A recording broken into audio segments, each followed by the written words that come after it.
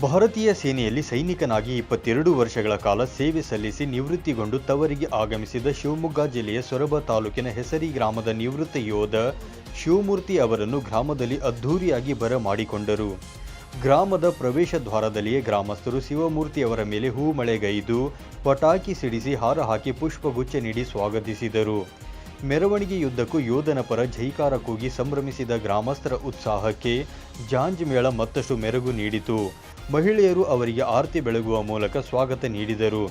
ಗ್ರಾಮಸ್ಥರು ಮೆರವಣಿಗೆಯಲ್ಲಿ ಕರೆತಂದು ಸನ್ಮಾನಿಸಿ ನಂತರ ದೇವಸ್ಥಾನದಲ್ಲಿ ವಿಶೇಷ ಪೂಜೆ ಸಲ್ಲಿಸಿ ದೇವಸ್ಥಾನದ ಮುಂಭಾಗದಲ್ಲಿ ಕೇಕ್ ಕತ್ತರಿಸಿ ಸಂಭ್ರಮಪಟ್ಟರು. ನಿವೃತ್ತ ಯೋಧ ಶಿವಮೂರ್ತಿ ಈ ವೇಳೆ ಮಾತನಾಡಿದರು.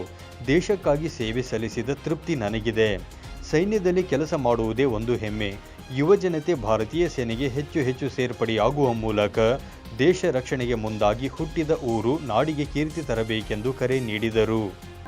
ತುಂಬ ಚೆನ್ನಾಗಿದೆ ಮಾಡಿ ಯುವಜನತೆಗೆ ಹೋಗಿ ಜನತೆ ಇಂಥ ಒಂದು ಅವಕಾಶಗಳನ್ನೇನಾದರೂ ಸಿಕ್ಕರೆ ಮಿಸ್ ಮಾಡಬೇಡಿ, ಹೋಗಿ ಒಳ್ಳೆ ಚೆನ್ನಾಗಿದೆ, ಹೋದ್ರೂ ಒಳ್ಳೆ ಲೈಫ್ ಸಿಗುತ್ತೆ, ಅವ್ರ ದೇಶಕ್ಕೋಸ್ಕರ ಸೇವೆನೂ ಮಾಡ್ಬೋದು. ಈ ಸಂದರ್ಭದಲ್ಲಿ ಪತ್ನಿ ಅನುಪಮಾ ಶಿವಮೂರ್ತಿ, ಮೌಲ್ಯ, ವೃತ್ತಿಕ್, ತಾಯಿ ನಿಂಗಮ್ಮ, ಇಂಡುವಳ್ಳಿ ಗ್ರಾಮ ಪಂಚಾಯತ್ ಅಧ್ಯಕ್ಷ ವೇದಮೂರ್ತಿ, ಸದಸ್ಯ ಯೋಗೇಶ್ ಹೆಸರಿ, ಗ್ರಾಮ ಸಮಿತಿ ಅಧ್ಯಕ್ಷ ರಮೇಶ್, ಉದ್ಯಮಿ ವಿಜಯ್ ಹೆಸರಿ, ಬಸವರಾಜ್, ಶಿವಾನಂದ್ ಸೇರಿದಂತೆ ಅನೇಕ ಗ್ರಾಮಸ್ಥರು ಪಾಲ್ಗೊಂಡಿದ್ದರು.